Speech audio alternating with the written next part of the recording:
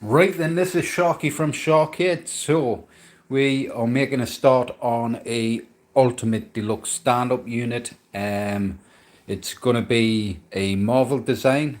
So we've got the center panels printed, most of them anyways. We are just doing the both sides and a couple of final panels, and then we'll get those wrapped, get them put on the machine, and then we should be good to go. We should have most of the base of the unit built today, and try and get as much done tomorrow, so by the time it comes to next week we can have this cool piece of this cool unit put together.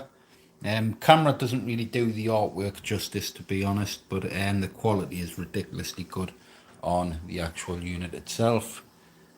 So we've got a Marvel design, like I say. We've got all the Marvel characters there for the control panel piece. The Tekken cabinet, the low cabinet, is basically done. I'm just still waiting on the drives to clone. I've had to put another drive in because I've got another 32 terabyte from 16, a whole 16 terabyte drive to clone for the 24 terabyte and 32. So I'm waiting for those drives to clone over. Saves us having to copy everything over and do compile a whole 32 terabyte drive. I'm doing the whole clones, so I'm cloning them again. So it'll be a day late. Them will be finished tomorrow. I should have my tests and everything done on the unit tomorrow as well. Same with the Mortal Kombat design as well. That Mortal Kombat unit should be the same tomorrow. Finished. I'll likely just ship these off Monday. I could have had it done today, but like I say, I needed 2 extra drives cloned, and so I've put those in ready to clone over tomorrow. Then those drives, 2 of those drives can go in an external caddy and go off with these units. Most of the testing's been done. Some of the update stuff has been done.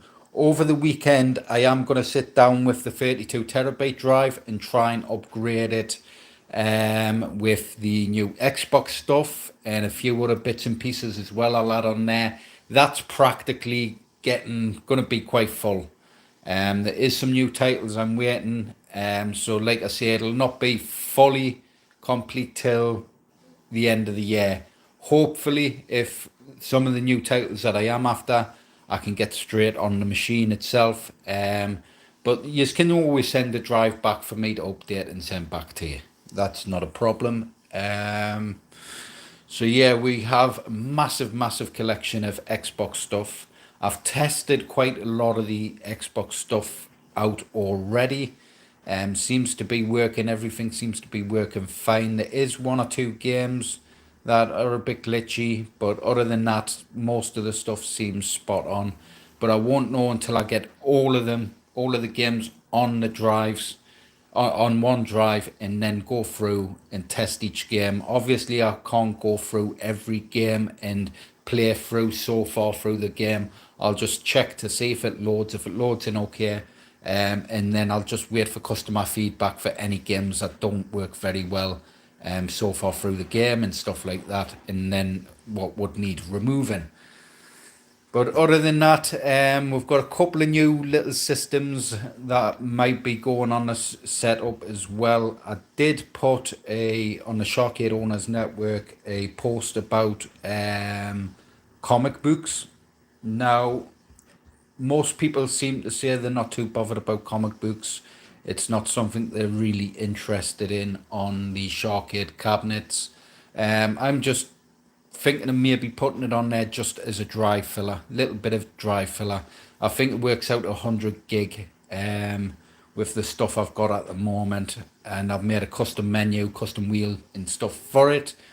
But let us know in the comments below what you think of having a comics book collection. I'm not going to go stupid and start adding movies and stuff like that. We do have a jukebox collection on there. I do believe I've had a few people say they're not too bothered about the jukebox stuff, but me personally, I would like the jukebox stuff on there, music, karaoke stuff like that, because you can plug in the amps we have on our Bartops and Standups. You can plug large microphones into those, and you can use, or even use your own karaoke set. I know if you go to Arpeg Electronics, you can get a karaoke speaker, which are brilliant. I've got one. I love it. The sound of the karaoke makes are absolutely spot on. You can adjust it and everything like that. Really, really nice setup. The audio quality is ridiculous on those speakers as well.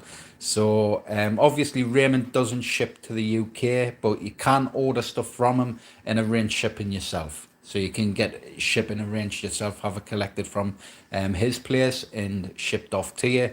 But like I say, he does do some quality karaoke speaker setups. They ain't cheap. You're looking at around 300 quid, but they're worth the 300 quid for the microphones and everything and the speaker itself.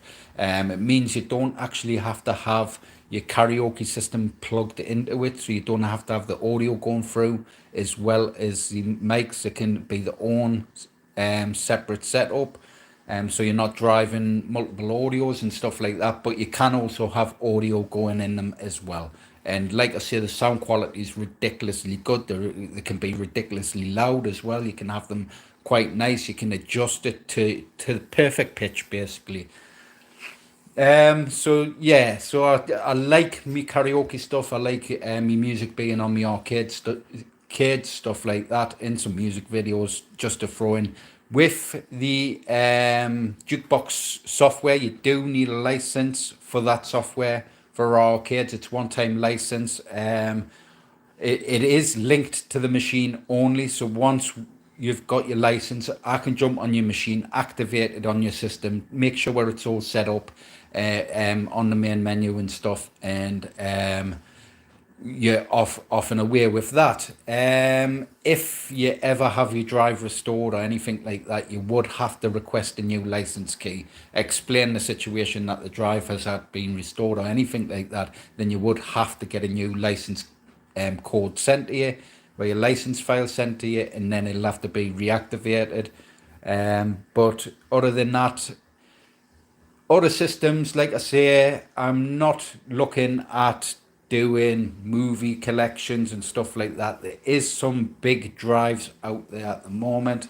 The Switch stuff, there is one or two new Switch stuff that has been released that I've noticed. I'll probably add those, but I'm not going to go mad and add an even bigger collection of Switch yet. We've got the PlayStation 3. We've got a large collection of PlayStation 3, which has been really dumbed down to all mainly the working title stuff that has been tested. So if you do come across a game that doesn't work well on the PS3 side of things, it's one that's past our sights, basically. Most of those games have been fully tested and stuff. There has been some removed over time that halfway through the game doesn't work quite well, so those have been removed off the system as well. So we have that. We have the on the 32 terabyte, obviously the Xbox stuff now going over, which I was reluctant to add Xbox stuff. I keep saying this, I'll not add something. I probably will eventually, but Xbox 360, I'm not bothered about. Xbox 360 games, you can get most of those on PC. I'd rather have the PC version than the actual 360 version of the game. Xbox was a little bit different. I delved a bit more into it and realised quite a lot of the stuff is working. About 70% of games do work for the original Xbox. So I managed to get a massive collection of that, and then I'm going through my tests. Like I say, the Switch stuff, I'll probably have me stop up point. With the 24 terabyte add-on, there is plenty of Switch games on there. I know there's a few that are a bit glitchy and may need removing off the Switch collection, but I'm not going to go too mad with the Switch stuff. I don't want too many big drives and collections all over the place. I'm trying to keep everything in one place between each drive. And we do have our 16 terabyte build, which is our base build for the arcade, for the next gen arcade titles. So that's Mortal Kombat 11 and stuff like that. So that's our base build. And then we have our 24 terabyte, which was our Mega Drive, basically. That was next gen titles. It also had a small collection of PS5 collection on there, which will also be getting updated as well. The PS5 games are PC games. The PS5 exclusive games, PS4 exclusive games that you would find on the console that have now been released for the PC. So that's going to be updated as well on the final build of the 32 terabyte. Where was I?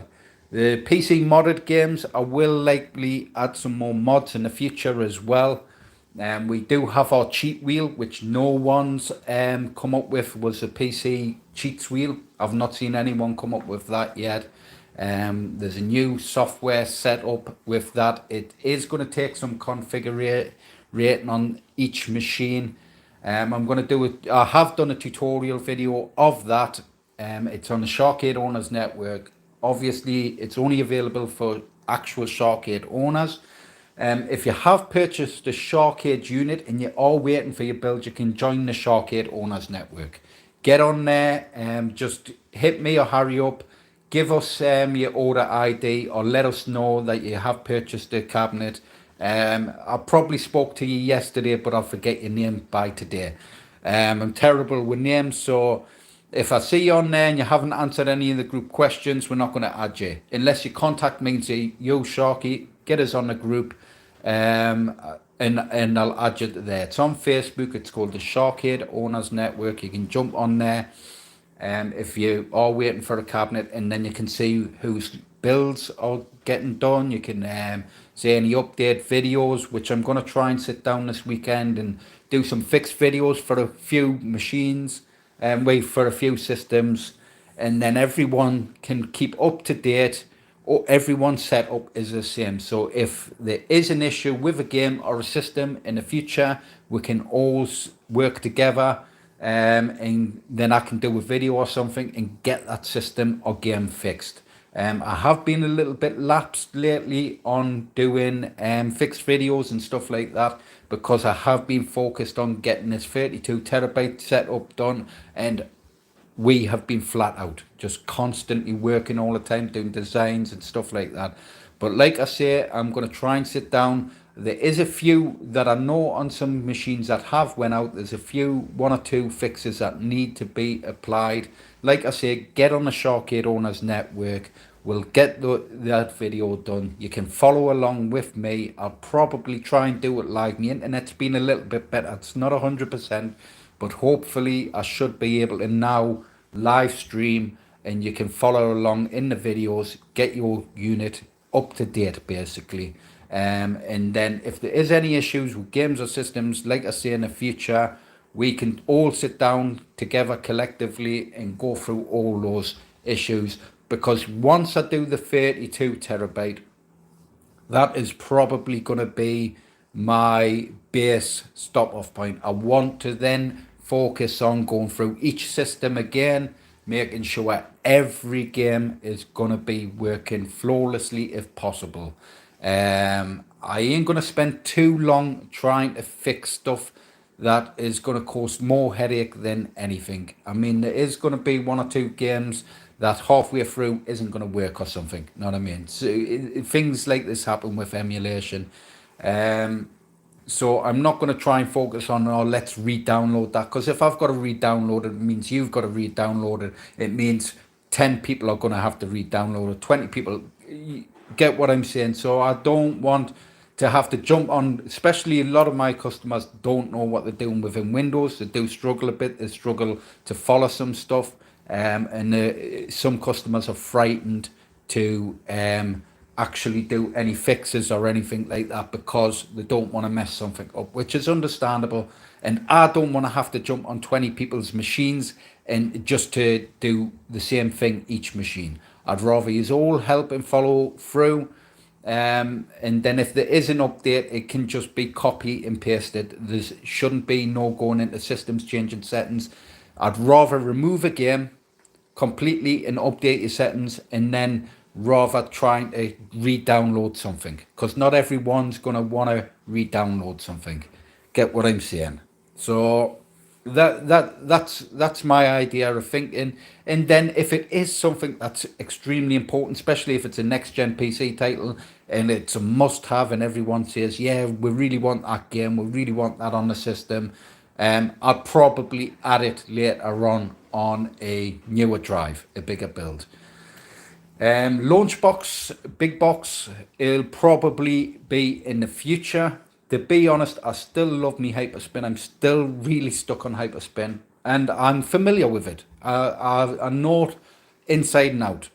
I've spent a lot of years working with Hyperspin.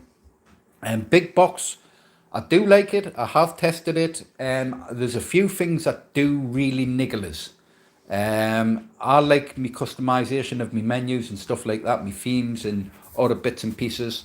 I don't like my stuff online. There is a lot you've got to go online with Big Box. To be honest though, when it does media searches and stuff like that, it is pretty spot on. So wheel art and stuff like that, it's pretty spot on for getting that sort of stuff, which is good. But like I say, my main focus is getting Hyperspin flawless, and then maybe at a 42 terabyte build or something like that, or a 38 terabyte build, we will look into maybe having the big box option as an upgrade if you wish to use it, so you can swap between the two. That's my way of thinking of it. Obviously, getting all new media or linking the media to big box is going to be a massive amount of drive space. I think it works out 500 gig I've got on mine just for the main media on the drive. Another system is going to be around the same, especially with videos marquees. I keep getting asked about digital marquees as well. I'm not offering it on the systems yet. It may happen in the future. I know performance of PCs and having stuff running in the background is pretty spot on these days. CPUs and GPUs are so powerful now, running multiple processors and stuff like that in the background. It doesn't usually give a dent into it. But I'm a PC builder. It's how I started. I optimize operating systems to the best full potential of the system itself, so you get the best performance you possibly can without all the bloatware. Now, with LED controllers to control your LEDs, like LED Blinky is another process to run in the background. An active marquee, same again, another process in the background. If you looked at it as bloatware running in the background of your system, like antivirus softwares and stuff like that, that's running in your background, it's going to slow it down. It's an extra process that it's got to deal with. It's extra memory.